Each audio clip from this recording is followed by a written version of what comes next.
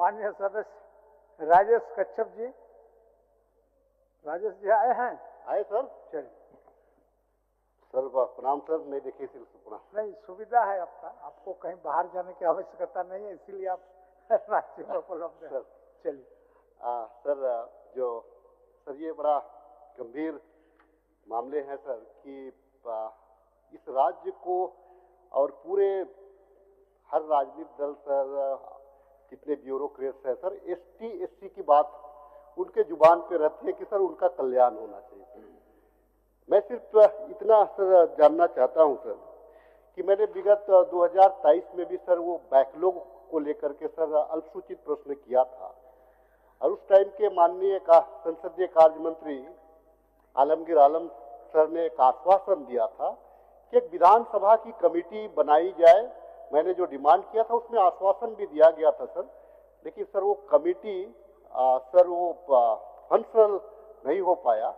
तो मैं सदन के माध्यम से सरकार से सिर्फ इतना जानना चाहता हूं कि जो है कि बैकलॉग जो आपने जवाब दिया है, आपने जो जवाब दिया है और बड़ा सिलसिलेवार दृष्टिकोण, मैं इसी को तो लागू करवाना चाह रहा हूं। जो जवाब आप दिए हैं, लेकिन ये हो नहीं रहा है, ये हो नहीं रहा है, उसका पुख्ता प्रमाण मेरे पास में है। और ये सिर्फ एक विभाग का नहीं है महोदय, चाहे हम बिजली विभाग में चले जाएं, चाहे हम यूनिवर्सिटीज में चले जाएं, चाहे हम पेयजल में चले जाएं, चाहे हम स्वास्थ्य में चले जाएं, बैकलॉग के नाम से महोदय ये हमेशा से ही मतलब उनको उनका जो हक हुकूक है वो हम नहीं दे पा रहे। तो सिर्फ इतना जानना चाहता हूं सदन के माध्यम से सरकार से कि आने वाले दिनों में क्या इन त्रुटियों को सुधारते हुए हम उनको नौकरियों में उचित स्थान देने का प्रयास करेंगे या देंगे, मैं इतना ही जानना चाहता हूं। माननीय मंत्री जी। अध्यक्ष महोदय, माननीय सदस्य जिन संवैधानिक धाराओं का उल्लेख करते हुए बैकलॉग वैकेंसी एसटी एससी और ओबीसी के बारे में इन्होंने जानकारी चाहे कि उन वर्गों के लिए जो बैकलॉग है उनकी नियुक्तियां हो, एक कमेटी बना करके पिछले सदन में भी इनका कहना है कि हमने उठाया। लेकिन हम लोग ने स्पष्ट किया अध्यक्ष महोदय, झारखंड पद एवं सेवाओं की रिक्तियों के आरक्षण अधिनियम 2001 के आलोक में हम लोग ने स्पष्ट लिखा है और ये बात सही है अध्यक्ष महोदय कि आरक्षण की काउंट किया जाता है। मान लीजिए कि 100 वैकेंसी है तो उसमें यू आर अनरिजर्व कितना है और कैटेगरी कितना है। यदि 50-50 है तो उसमें बैकलॉग नहीं बनेगा। यदि उसमें 60 रिजर्व कैटेगरी के आएंगे और अनरिजर्व के 50 आएंगे तो उसमें 10 बैकलॉग की सीटें आएगी। तो जो भी अधियाचना जाती है अध्यक्ष महोदय तो वो पूरे पारदर्शिता के साथ विभागों का जाता है, तो उसमें बैकलॉग का अलग से विज्ञापन आता है और बाकी रिक्तियों का अलग से जाता है। इसलिए बैकलॉग का इतना, जैसे माननीय सदस्य के द्वारा बताया गया कि 2026 तक कोताही बरती गई जिस कारण से रिक्तियों की संख्या 50,000 की आंकड़ों को पार कर गई है। लेकिन अभी हमारी जो सरकार है लगातार नियुक्तियां कर रही है और नियुक्तियों के लिए अधियाचना भेजी जाती है प्रत्येक विभाग की तरफ से, उसमें बैकलॉग और रिक्तियों को देखा जाता है अध्यक्ष महोदय। इसीलिए हमको ये समझ से परे है कि 50,000 बैकलॉग कैसे हो सकता है, क्योंकि ये सिस्टम बना हुआ है और यदि बैकलॉग और इसको आप छुपाते हैं तो दंडनीय अपराध माना गया अधिनियम के हिसाब से। इसीलिए इसमें तथ्यता की सही नहीं। यदि किसी विभाग में स्पेसिफिक रूप से माननीय सदस्य को लगता है कि वहाँ है तो लिखित रूप से देंगे, तो इसको हम लोग दिखवा लेंगे विभागीय स्तर से और अधिनियम के आधार पर कि बैकलॉग है कि नहीं। यदि है तो हम लोग रिक्तियां के अंश में बैकलॉग का नियुक्ति कराएंगे अध्यक्ष महोदय।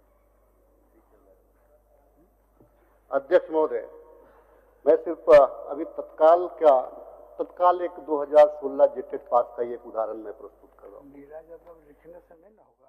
माननीय सदन को मैं अवगत कराना चाहता हूँ कि 2016 जेटेट पास जो अभ्यर्थी थे, जो टेट पास, उनको माननीय उच्च न्यायालय ने 9,000 नियुक्तियों का आदेश दिया। जनरल कैटेगरीज के सारे बच्चों का आपने नियुक्ति भी दे दिया, लेकिन जो एसटी वर्ग के जो रिजर्व कैटेगरी के लोग थे, जिसको 2,500 को नियुक्ति देना था 2,900 को, उसको यह कह करके नहीं दिया गया कि यहाँ पे अध्यक्ष महोदय कि ये अभ्यर्थी नहीं मिले, अभ्यर्थी की अनुपलब्धता या योग्य नहीं होने के कारण उनको नहीं कराया गया। ये हाल के दिनों का। अब दूसरी बात है, माननीय मंत्री जी ने आपने कहा, मेरे पास मैं आरटीआई का एक बड़ा पूरा बेंच ही लाया हूं महोदय, पूरा पोथी लेकर के लाया हूं। अगर सदन का अगर आज्ञा हो तो मैं ये पोथी तैयार करके आपको मैं दे सकता हूं। आप जेपीएससी या जेसीसी से हम नियुक्ति करा रहे हैं महोदय, उसमें आरक्षण रोस्टर जो है उसमें बैकलॉग का क्या रिक्त पद है, जेपीएससी या जितने भी हमारे जो संस्थाएं हैं डिमांड किए हैं क्या? सरकार पहले इतना पता कर ले कि ये आरक्षण जो रोस्टर है, आरक्षण रोस्टर को पालन करने के लिए कितने पद बैकलॉग का खाली है, उसका सूची मंगवाए हैं क्या? सरकार मुझे यही जवाब दे केवल। क्या आपने कभी जेपीएससी से माननीय मंत्री जी? अध्यक्ष महोदय, हम लोग स्पष्ट कर दिए हैं कि किस नियम और अधिनियम के तहत नियुक्तियों को प्रक्रिया विभिन्न संस्थाओं के द्वारा की जाती है। लेकिन माननीय सदस्यों का यही कहना है कि आप अपने स्तर से विभिन्न विभाग में जो नियोजन के लिए आपने वैकेंसी निकाली है, उसमें उस कैटेगरी के विद्यार्थी नहीं रहने के चलते बैकलॉग बना है। जो भी हो तो उसका एक रिपोर्ट आप अपने तरफ से मंगवा लेने के लिए सोच रखते हैं, वही बता दीजिए, यही ना? मंगा लेंगे अध्यक्ष महोदय, ठीक शंका को हम लोग दूर कर देंगे, लेकिन जो नियम है उसके ठीक है, बैकलॉग और रिक्तियां एक साथ होती है, वो तो आप नियम के साथ चलेंगे, बात सही है, लेकिन खाली लिस्ट मंगवा लीजिए। अध्यक्ष महोदय, मैं निश्चित तौर से अगर सरकार ये गंभीर है कि नियम के तहत में मंगवा लेंगे लिस्ट, लेकिन मैं आपको एक विनोबा भावे विश्वविद्यालय के एक मैं आरटीआई का मैं आपको बताना चाहता हूँ। इसमें दिनांक 2/7/1997 से पद आधारित आरक्षण रोस्टर रजिस्टर का अनुपालन करते हुए आरक्षित वर्ग के बीच में पदों का अदला बदली नहीं किया जा सकता, जो आप भी कह रहे हैं, परंतु इस विद्यालय में बदस्तूर जारी है महोदय, और ईडब्ल्यूएस का हवाला दिया जा रहा है। तो ईडब्ल्यूएस कब आया? 2019 में आया ना, हम तो 97 से बात कर रहे हैं, तो वहां का जो रिक्त पद है वो कहां गया? अब ये जो जवाब जो देता है कि ये ईडब्ल्यूएस में नियुक्ति हो रही है, ईडब्ल्यूएस तो 2019 में आया है, मैं तो 97 से मांग कर रहा हूं। मैं छोड़ दीजिए, मैं झारखंड अलग होने के बाद से ही आप उपलब्ध करा दे महोदय। गंभीरता को देखते हुए महोदय, पिछला दफा भी एक आश्वासन मिला था महोदय, ये जो सदन का जो एक महोदय कमेटी का गठन करवा दीजिए महोदय।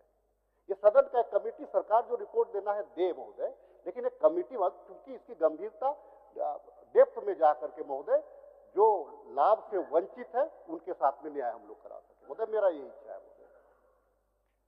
अध्यक्ष महोदय, ये तो स्पष्ट हम लोगों ने कर दिया, अधिनियम होने के पहले 91 या उससे पूर्व ऐसा हो सकता है कि कैटेगरी वाले कोटा में यूआर के लोगों को भरा होगा, उस समय यदि नीचे से रिक्तियां आएगी तो फिर उन लोग को ले लिया जाए। लेकिन जब से ये नियम बना है तब से ऐसा कोई मामला नहीं है अध्यक्ष महोदय। उसके बावजूद भी चूंकि शंका की बात है, हम लोग मंगा लेते हैं कि यदि बैकलॉग किसी विभाग में है तो हम लोग मांग लेते हैं उसको। ठीक है, कमेटी की बात कर रहा हूँ, आवश्यकता पड़ेगा तो वो भी होगा। पहले सरकार को अपने स्तर से देखने दीजिए राजेश जी। महोदय 2023 में महोदय का आश्वासन मिला था महोदय, तो बहुत ज्यादा बड़ा चीज नहीं है महोदय, 3 सदस्यीय कमेटी। नहीं, ठीक है राजेश जी, अगर सरकार अपने स्तर से करने में सक्षम है तो ठीक है, अगर नहीं होता है तो आप जो कर रहे हैं बाद में उसका भी होगा।